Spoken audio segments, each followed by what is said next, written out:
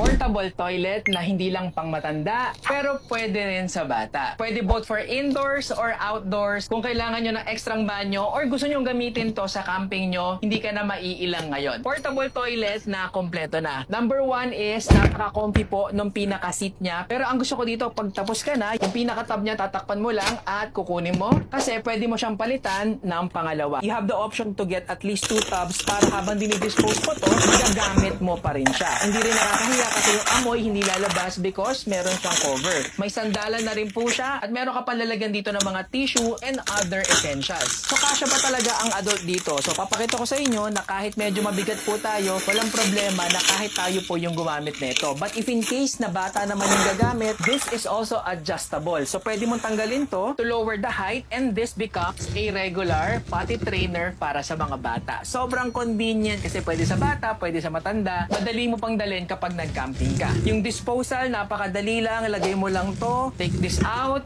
replace with a fresh tub, and you are good to go. So kung gusto nyo ng ganito or kailangan nyo ng ganito sa bahay or sa mga travel nyo, click on the basket. Stay safe!